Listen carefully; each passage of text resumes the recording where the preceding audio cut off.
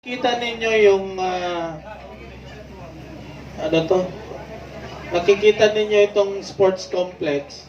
Tagalog ako, kag ginamit Tagalog si ma'am. Makaintindi ka ba ng maganda na no eh. Bali, ongoing sports complex tanong niya sa guna. Ha? Tumo batalong ko eh. Dalawang ko ba niya na isa sa pinaka very special.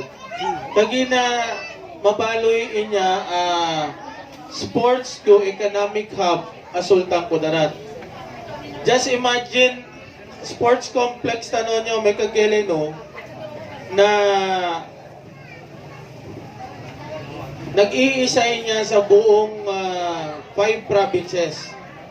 Yan man alam mo ka sa pada province Tawi-Tawi, Olo, Zamboanga at Tawi-Tawi, Olo, Basilan na nyabe pinakamasla as sports complex na naadantano through the initiative of mga leaders siya sa Sultan Kudarat.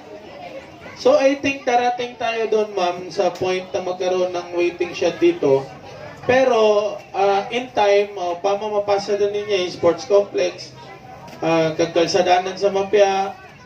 Kasi gagawa kami dyan ng mga maliliit na tindahan ama na magiging kwan siya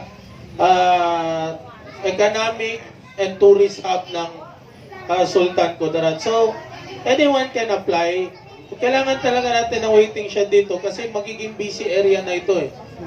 Oo. Magkadsumpat sila sa Simoy, nibuguma namin yung mga facilities sa Simoy, and then Dalumangkog na magiging busy area ito. So, aabot tayo dyan. But for the meantime, ma'am, ang pinaka-necessity ng tao dito is yung tubig. Yun yung kaya kong ibigay.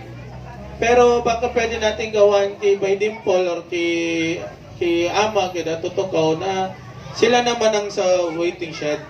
Kasi akin yung tubig. Actually, yung ibibigay ko na tubig dito is personal. Kaya po sa budget ko kasi wala akong budget na at trabaho ng Vice Mayor is kumbaga magawa po ng batas.